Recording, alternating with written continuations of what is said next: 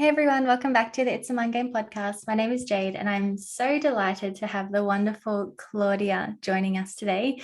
If you haven't heard of her, which I'm sure you have by now, she is at Nourished by Claudia on Instagram. And for now, welcome, Claudia. Thank you, Jade. It's always a pleasure spending time with you and all your listeners. Thank you for having me again. Oh, it's one of my favorite times of the week. And we do get to see each other on little spics and specks throughout the HA community because we have calls that we take separately, calls that we take together. And then we're obviously in touch throughout the week for all different kinds of things. But the podcast is a little bit more of a relaxed, free chat for us to kind of debrief on different topics. And ones in particular that are popping up in our HA community a lot. And it's almost like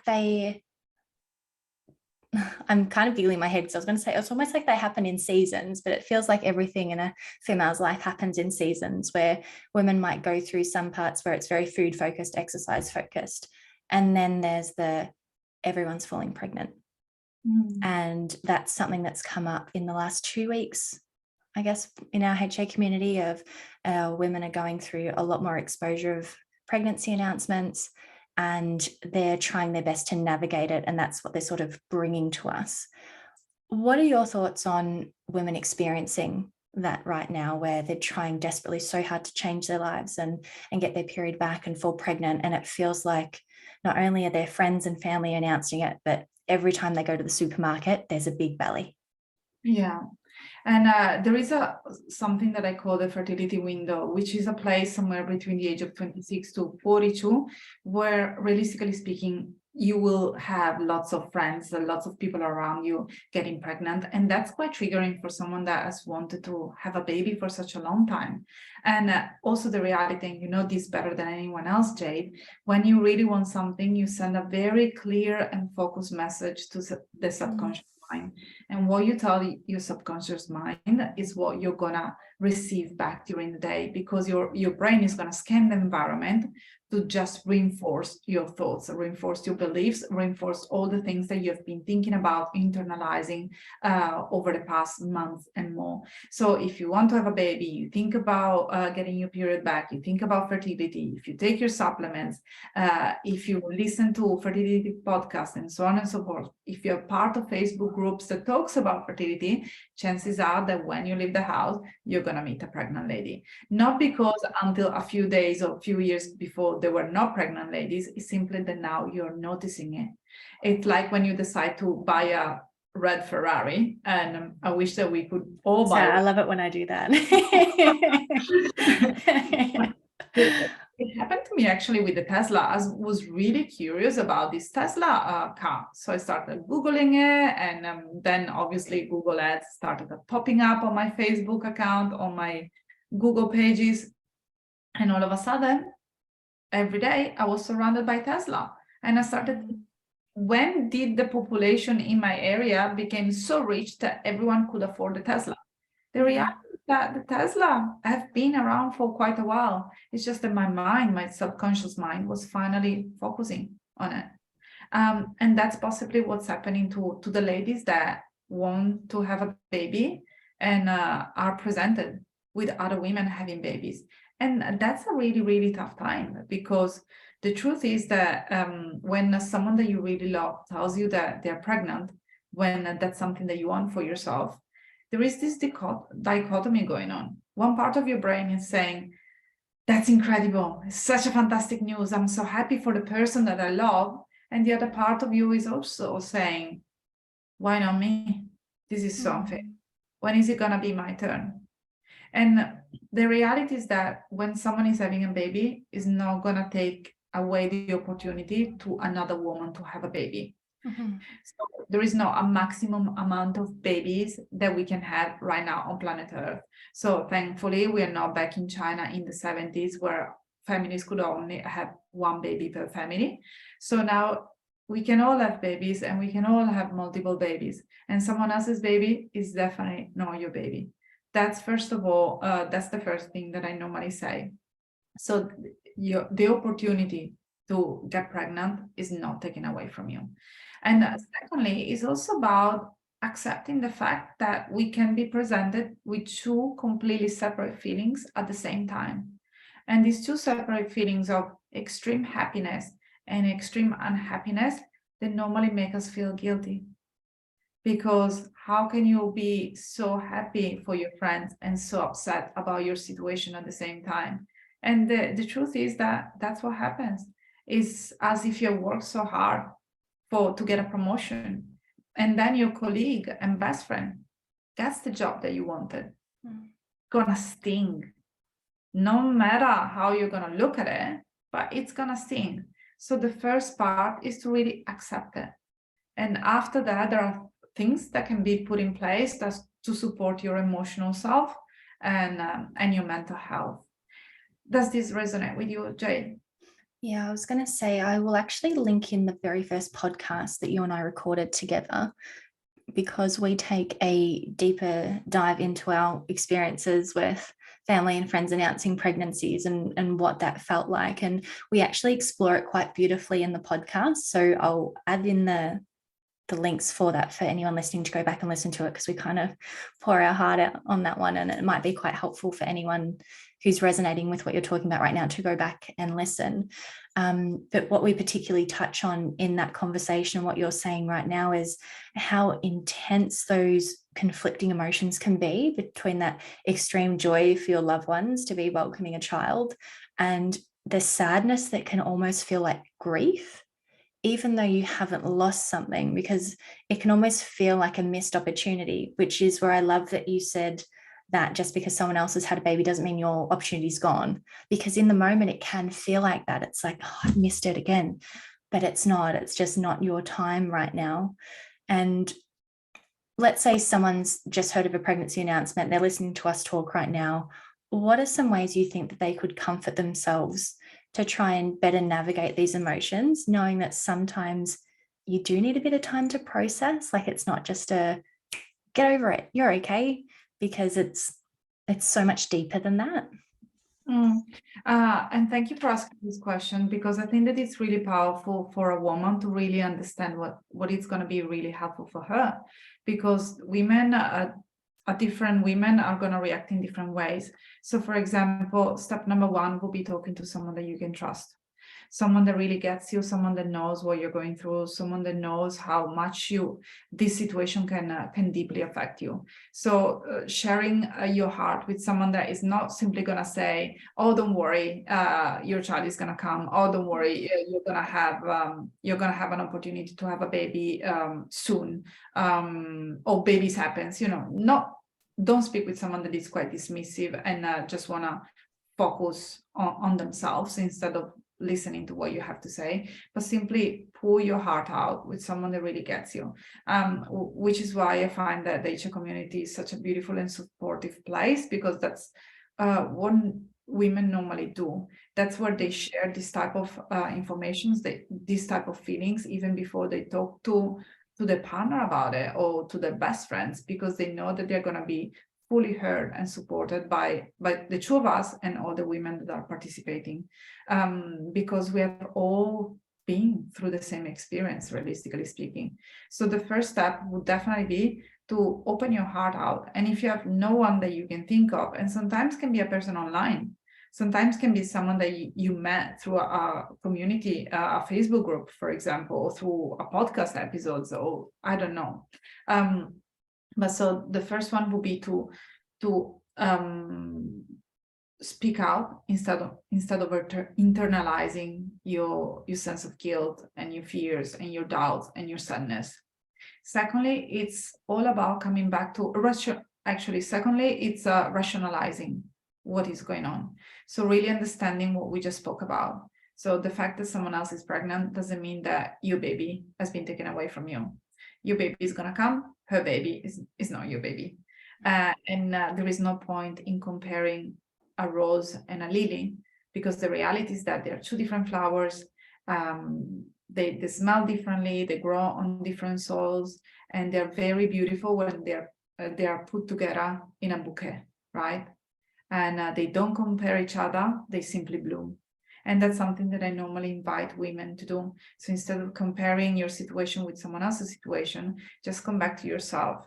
Just come back to a way that can allow you to bloom instead of feeling stuck, instead of feeling that you're missing out, it's not happening to you, it's so hard, and why me, why me, why me? Because victimhood comes from fear, comes from anxiety, which comes from fears, and it's normally a feeling that drags people down instead of lifting them up. So the third step would actually be to find something that lifts you up. So that could simply look like having a bath, or reading a beautiful book, listening to a podcast like this one that really normalizes the situation that you're living in, or to seek support, or to go for a walk, to expose your face to the sun, to hug a partner, to hug a pet. And the fourth step would be also to book in something exciting, because you're going to deal with the situation right then and there. And then possibly you're going to end up falling asleep at some point during the day or a night. And then the situation is still going to be there, lingering in the back of your brain the next day when you wake up. So it's all about going back to square one, speaking to a friend, rationalizing, being in the present moment, take care of yourself, and also focusing on something for the future, something exciting that you can actually do in the future. And that could be a holiday, that could be a vacation, just, to the countryside, that can be a nice dinner.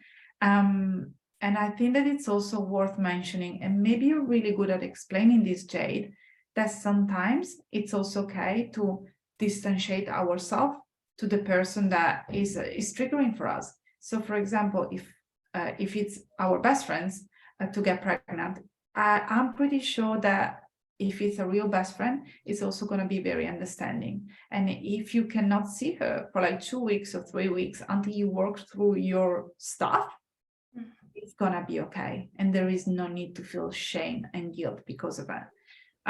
What's your point of view on this one, Jay?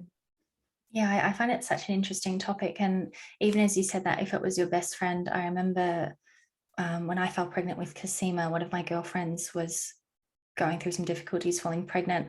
And even though I'd been through such a journey to fall pregnant, I remember also feeling scared to share with her, because I know how I had felt from other people's announcements. And I then didn't want to put that emotion on my best friend. And, I guess just the awareness that sometimes it can go both ways, where for the closest of people, if they've got really great news, they can be so cautious about how to treat you too, because they don't want to upset you, especially if they're a close friend. And I remember actually having the chat with her, being like, you know what, I'm going to tell you something, and if it makes you sad, please feel comfortable to share it with me, because I get it. And she was so welcoming and happy that it kind of blew over that, because I kind of recognized her sadness before I told her something. And that was a really unique time. I can't imagine that would play out with many different people in many different scenarios, but there's just almost that permission piece that allowed her space to enjoy the announcement, because there was that recognition of it. It's so okay, and it's so understandable if this makes you sad. And there's no judgment. And I almost think if we can create that space for ourselves, rather than being like, oh my gosh, I can't believe I feel so, sad about this. Instead, just be like, it's so human of me to feel sad. And it's human of me to feel excited. And there's so many women feeling the exact same way. And I guess that leads me into my second point. And it was an article I read the other day. I can't remember the source, but it was almost like how misled women can be when it comes to their fertility journey and their journey to a first baby or second baby, because we tend to only see the big bellies at the shopping centers. We tend to only see the announcements. We tend to only see the positive or success stories. We don't see the failed attempts, let's say, or like a failed attempt as in IVF attempts. We don't see the miscarriages. We don't see the just nothing quite takes for a couple of months, or even I think you'd be better versed, is Claudia, but I'm pretty sure it takes up to 12 months for some professionals to even take your fertility seriously. Like if you've been only trying for 6 months, a lot of practitioners won't even blink an eye. They'll just go, well, you've got another 6 months before we'll look at you.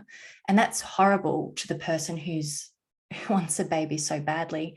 But just more, we tend to only see the glorified spotlights of women's outcomes, and knowing that when we only see the end journey, that so many women are actually going through so many other things, just like we are. Yeah, which is why sometimes social media can be quite toxic when going through an infertility or sub-fertility journey. Because as you said, we get reminded of all the pregnant bellies and all the successful stories, but what about the unsuccessful one? And there are also women that normally they have a routine where they wake up in the morning and the first thing that they do is scrolling through social media, or maybe that's what they do before going to sleep at night. And they get reminded in those particular circumstances of what they don't have. Mm-hmm. Very easy to get stuck in the scarcity mentality and to completely disregard all the other things that are going well in life. And also something else that you mentioned before in terms of medical professionals, if you're below the age of 35, they normally advise you to try on your own for 12 months before really looking at you as a person. And let's not talk about before checking your partner, because sometimes I had women working through their own sub-fertility to then find out that the sperm was of low quality, like 3 to 4 months the fertility journey, even though I asked them to get the partner tested from the get-go. And sometimes it's also getting the partner on board, because sometimes they could be in denial. So it's also very important to be in a situation where our environment feels safe, but at the same time, it's not the best idea to isolate yourself if you're going through a very tough situation in terms of sub-fertility or infertility. Because when you start to isolate yourself because you're afraid of getting triggered, the world becomes really, really small. And the chances of you getting triggered expand exponentially. So the best idea would be, first of all, as I said before, go back to the basic, having someone that you can care for you when you need it. Have a conversation with the people that you know that are pregnant or are getting pregnant, and maybe you can ask them not to discuss pregnancy or fertility when in your presence, or maybe you can have a very open heart conversation and simply say, I am so excited for you, but I am so sad to the core for my own situation. And if that's okay with you, I'm not going to be in touch every single week until I feel stronger within myself. And there is absolutely no shame to ask for something like this. You ultimately speaking, ultimately we need to protect ourselves. We need to protect ourselves, which leads me to the next point. Find ways to protect yourself. Because if going to the shopping center becomes a triggering whenever there is a shop that sells pregnancy gear, or because you see pregnant ladies, or because you see babies, what can you really do when you come home or there in the moment to self-soothe yourself and to remind yourself that you know you are exactly where you're meant to be, and your opportunity to have a baby has not been taken away from you by the other women that already have had a baby or that are currently pregnant. And last but not least, go back to the things that are in your control. For example, start thinking, have I been eating nourishing food today? Have I been doing something nice for myself? Am I too stretched? Meaning, am I doing too much? Do I need to make space for a baby to come in my life? Or if I got pregnant right now, I wouldn't even know when to book in a conversation with my doctor. Do I have the right support? Do I have the right guidance? Am I taking supplements? Just go back to ticking off all the boxes and control the things that are in your control in a healthy way, obviously, and take one little step while always making sure that you protect your mental health. And that obviously mental health protection is going to look very different than what a person's need. Yeah, I particularly like what you said about protecting yourself in that conversation with a friend, saying, look, I might, not check in as regularly just for a little bit while I kind of sort out my own emotions. And I wonder for anyone who listens to that and goes like, yeah, that would charm a horrible friend. But if you were to flip the switch on that thought, like let's say that's what's popped up, you've heard that suggestion and gone, I could never do that. But what happens if you stick around and you almost fake how you think you should be responding to your friend by messaging all the time, showing up all the time, and in the meantime you're feeling awful about it? It's actually going to wear down the friendship. So sometimes thinking long term about what you need in order to heal so you can be there for your friend can be really helpful, versus no, I'm just going to keep doing everything, and then all of a sudden you really feel like you just can't be near them because you're so emotionally withdrawn. Where if you had have kind of collected everything together, set your foundation, you could have enjoyed some more of the experience with your friend. I don't know if I've made sense as I've said that out loud, but do you know what I mean? Like there's an element where you can protect and enjoy your friendship more by putting yourself first, rather than committing a part of yourself that it almost feels like it's eating you up inside, and then almost imploding over that idea. Well, if we have time, I actually would like to share something from personal experience. When I was trying to have a baby, a friend of mine got pregnant, and she was always in my face with pregnancy stuff.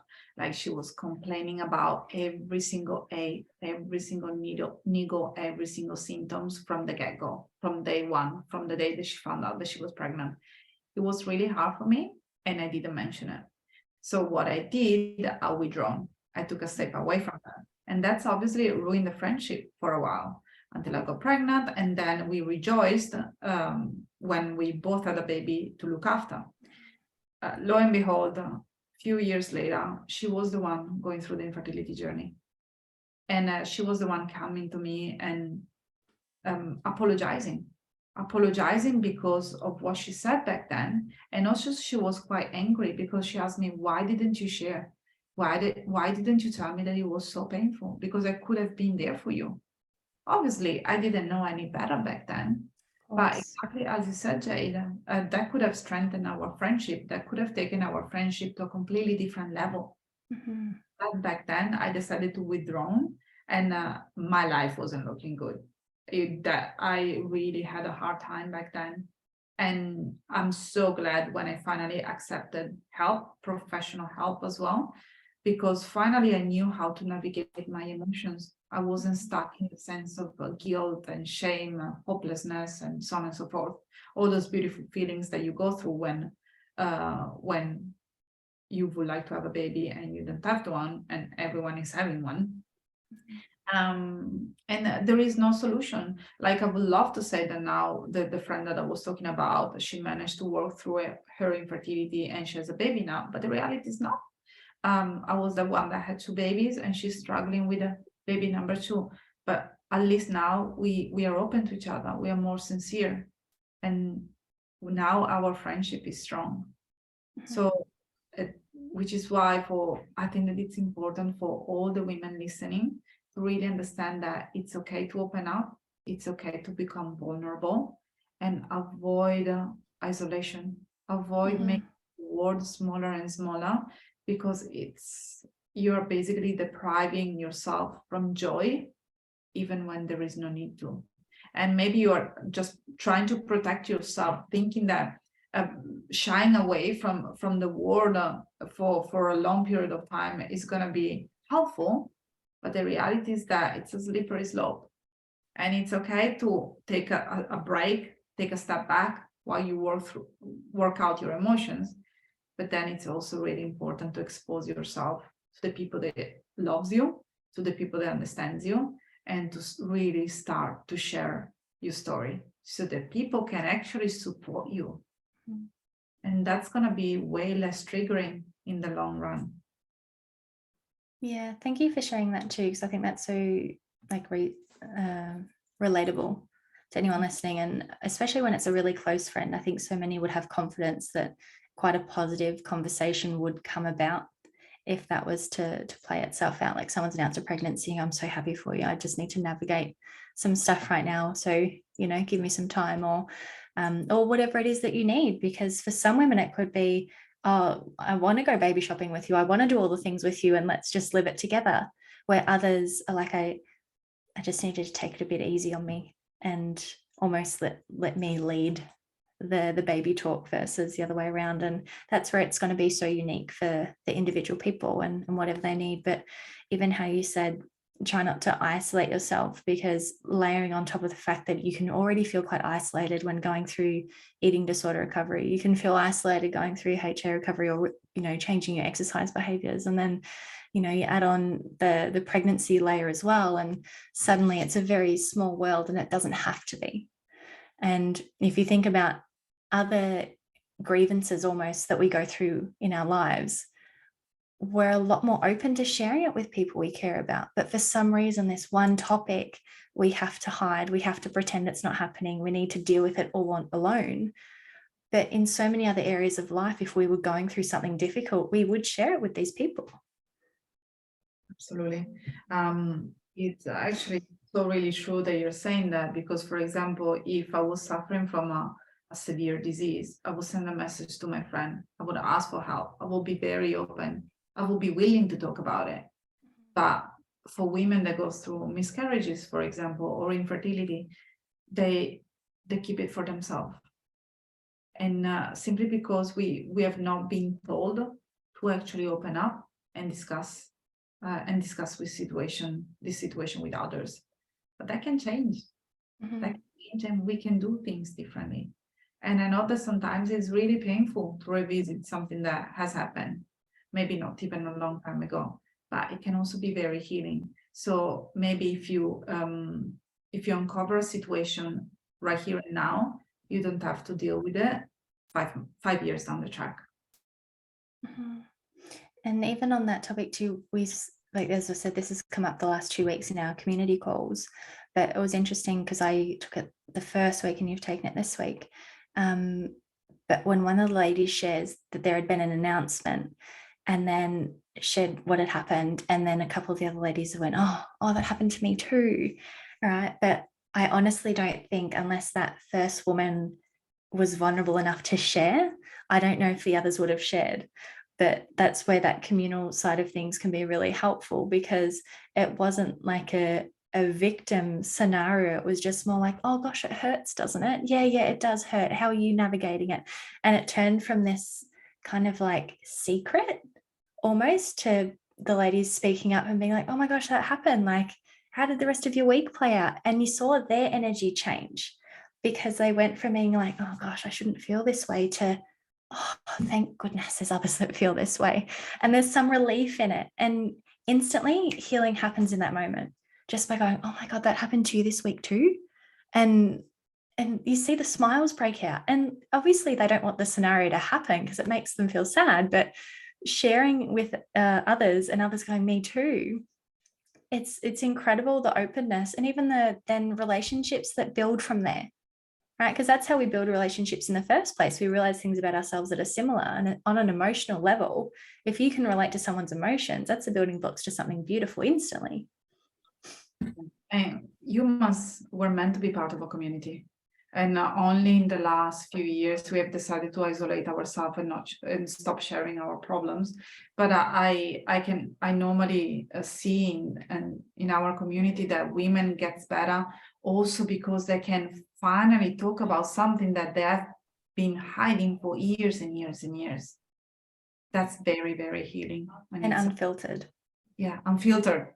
Absolutely. There's such a key to sharing something and still tiptoeing around what you think everyone wants to hear or what they should need to know, versus almost like a word vomit of, this is everything that I'm feeling, but you feel safe enough to do it. And once you've shared it, you still feel good, right? Because that can be the other thing you share and then you go, oh my gosh, did I say too much? But instead sharing something and going, oh, I'm glad I did that. I'm glad that played out. I feel consoled. And sharing it also when there are professionals there as well that can give you some tips and tricks on how to move forward, and can also mediate the call so that the conversation doesn't go on for too long and it makes someone feel unwell, for example, feel triggered. So that's important as well. So we are very proud of what you and I have created, to be honest, and I really hope that the more women are going to join. I know the more women are going to join us in the future, and they're really going to reap the benefit of our baby, our HA community. Yes, and we've got more periods and new babies popping up all the time, which is All so the time. exciting. It's very exciting. Notification, especially because anyone listening, the time zone difference for most of our clients, we're on the opposite side of the fence. So when they're going to bed, we're waking up. And when we're waking up, they're going to bed. So a lot of the time we wake up to these like very excited messages because they've just finished work and something new's happened. And we wake up to like ting, ting, ting, ting, ting, and photos and love hearts. And it can be a whole lot of fun. But Claudia, anyone listening who goes, who's this HA community? What is it? In a nutshell, could you describe what the HA community is? Well, let's say that it's a party where you don't have to introduce yourself, but you can simply be you and talk about everything that is food, exercise, fertility, infertility, hypothalamic amenorrhea, eating disorder related. And you can get support every single week through group calls, and through also the support of the other ladies that are part of it. And it's also a place where you get extra resources, extra motivational bits, and links to podcasts and books, so that you can really recharge your batteries and feel part of a community that can help you to thrive, and can help you to get unstuck. I did know the math the other day. I think we're up to 100 videos. Yeah, it's like we have There's so hours upon hours and upon hours. I mean, yeah. Normally women, they do get the period back and they get pregnant before they end up listening to all the videos. But yes. Yeah, and that's even if they're trying to binge listen. Yeah. Like it takes a lot to get through all. Oh, no one's done it yet anyway. No. Well, thank you for bringing up this very important topic of conversation today, Jade. I think that it's going to resonate with so many women, and I wish that someone had talked about it when I was going through it. Me too, because it feels really lonely, and there is a touch of shame attached to it when there really doesn't need to be. And hopefully at the core of this whole episode, that ladies that are listening, that you feel that way, that you don't have to feel shame, that's very human and known, and there's so many others going through the same thing, and it won't feel this way forever, because as we said, someone else's baby, it's not your baby. Your baby's on the way. It's just a matter of time. So Claudia, if anyone wants to connect with you, what's the best way for them to do that? Instagram, Facebook, email, website is all Nourished by Claudia. Nourished by Claudia. I will leave all those details in the show notes. And everyone listening, thank you so much for tuning in. I hope you loved the episode, and we will see you in the next one. Thank you. Bye, Jade.